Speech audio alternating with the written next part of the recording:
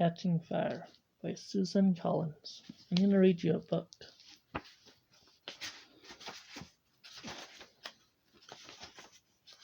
Part 1. The Spark. Chapter 1. I clasp the flask between my hands, even though the warmth from the tea has long since leaked into the frozen air. My muscles are clenched tight against the cold.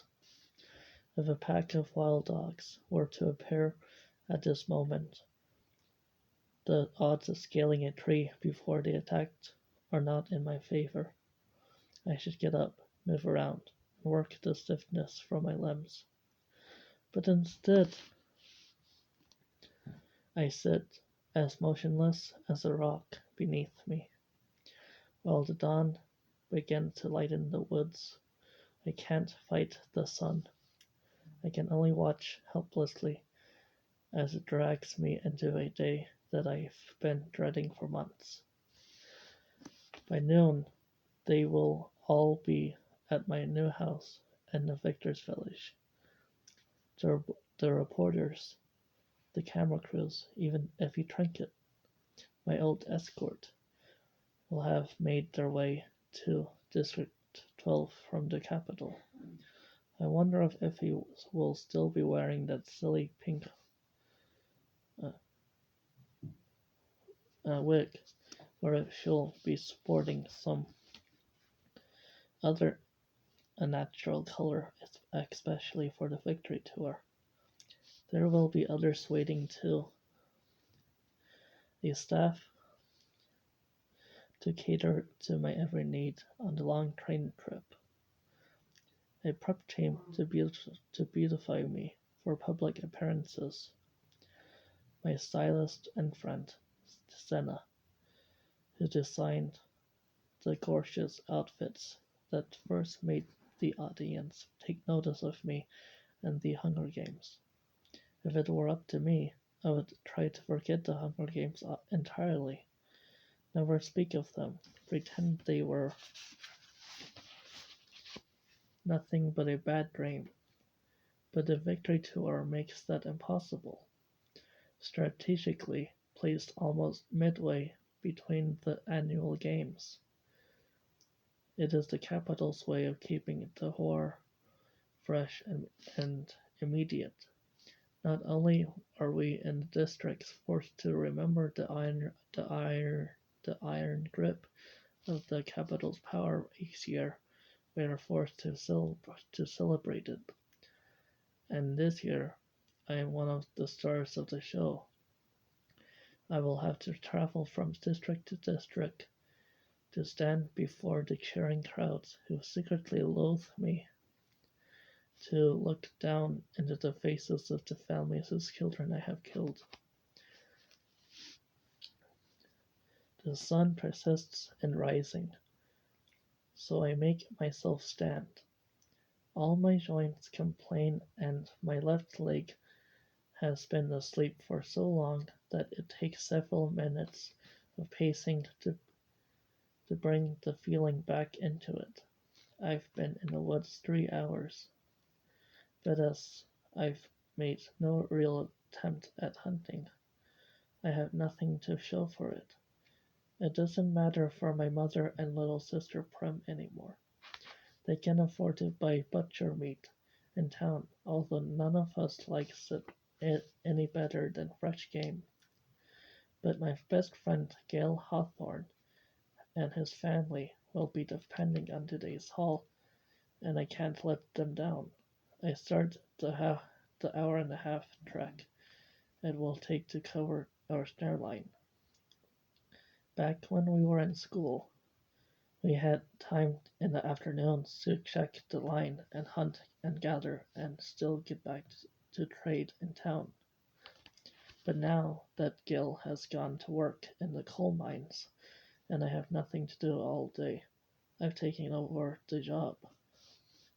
By this time, Gil will have clocked in at the mines, taken the stomach-churning elevator right into the depths of the earth, and be pounding away at the coal seam I know what it's like down there. Every year in school, as part of our training, my class had to tour the mines. When I was little, it was just unpleasant. The claustrophobic tunnels, foul air, suffocating darkness on all sides. But after my father and several other miners were killed in an explosion, I could barely force myself onto the elevator. The annual trip became an enormous source of anxiety. Twice I made myself so sick in anticipation of it that my mother kept me home because she thought I had contracted the flu. I think of Gail, who is only really alive in the woods, with its fresh air and sunlight and clean flowing water. I don't know how he stands it. Well, yes I do. He stands it because it's the way to feed his mother and two younger brothers and sister. And here I am with buckets of money, far more than enough to feed both our families now, and he won't take a single coin. It's even hard for him to let me bring in meat, although he'd surely have kept my mother and Prem supplied if I'd been killed in the games. I tell him he's doing me a favor, that it drives me nuts to sit around all day. Even so, I never drop off the game while he's at home, which is easy since he works 12 hours a day. The only time I really get to see Gail now is on Sundays, when we meet up in the woods to hunt together. It's still the best day of the week, but it's not like it used to be before, when we could tell each other anything. The games have spoiled even that. I keep hoping that as time passes we'll regain the ease between us, but part of me knows it's futile. There's no going back. I get a good haul from the traps: 8 rabbits, 2 squirrels, and a beaver that swam into a wire contraption Gil designed himself. He is something of a whiz with snares, rigging them to bend saplings so they pull the kill out of the reach of predators, balancing logs on delicate stick triggers, weaving inescapable baskets to capture fish. As I go along, carefully resetting each snare, I know I can never quite replicate his eye for balance, his instinct for where the prey will cross the path. It's more than experience. It's a natural gift, like the way I can shoot at at an animal in almost complete darkness and still take it down with one arrow. By the time I make it back to the fence that surrounds District 12, the sun is well up. As always, I listen a moment, but there's no telltale hum of electrical current running through the chain link. There hardly ever is, even through the thing that's supposed to be charged full time. I wiggle through the opening at the bottom of the fence and come up in a meadow, I, just a stone's throw from my old home. We still get to keep it since officially it's designated dwelling of my mother and sister. If I should drop dead right now, they would have to return to it. But at present, they're both happily installed in the new house in the Victor's village, and I'm the only one who uses the squat little place where I was raised. To me, it's my real home. I go there now to switch my clothes, exchange my father's old leather jacket for a fine wool coat that always seems too tight in the shoulders. Leave my soft, worn hunting boots for a pair of expensive machine made shoes that my mother thinks are more appropriate for someone of my status. I've already stowed my bow and arrows in a hollow log in the woods. Although time is ticking away, I allow myself a few minutes to sit in the kitchen. It has an abandoned quality, with no fire on the hearth, no cloth on the table. I mourn my own life here. We barely scraped by, but I knew where I fit in. I knew what my place was in the tightly interwoven fabric that was our life. I wish I could go back to it because, in retrospect, it seems so secure compared with now, when I am so rich and so famous and so hated by the authorities in the capital. A wailing at the back door demands my attention. I open it to find Buttercup, Prim's scruffy old tomcat. He dislikes the new house almost as much as I do, and always leaves it when my sister's at school. We've never been particularly fond of each other, but now we have this new bond. I let him in, feed him a chunk of beaver fat, and even rub him between the ears.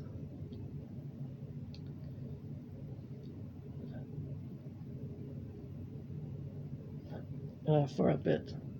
You're hideous. You know that, right? I ask him. Buttercup nudges my hand for more petting. But we have to go. Come on, you. I scoop him up with one hand, grab my game bag with the other, and haul them both out onto the street. The cat springs free and disappears under a bush. The shoes pinch my toes as I crunch along the cinder street. Cutting down alleys and through backyards gets me to Gail's house in minutes. His mother, Hazel, sees me through the window, where she is bent over the kitchen sink. She dries her hands on her apron and disappears to meet me at the door. I like Hazel, respect her. The explosion that killed my father took out her husband as well, leaving her with 3 boys and a baby due any day. Less than a week after she gave birth, she was out hunting the streets for work. The mines weren't an option, what with a baby to look after, but she managed to get laundry from some of the merchants in the town. At 14, Gail, the eldest of the kids, became the main supporter of the family. He was already signed up for testera, which entitled him to a meager supply of grain and oil in exchange for his entering his name extra times in the drawing to become a tribute. On top of that, even back then, he was a skilled trapper, but it wasn't enough to keep a family of 5 without Hazel working her fingers to the bone on that washboard. In winter, her hands got so red and cracked they bled at the slightest provocation. Still would if it wasn't for a salve my mother concocted, but they are determined. a seal on Gale, that the other boys, 12-year-old Rory and 10-year-old Vic, and a baby 14-year-old Posey, will never have to sign up for Testro.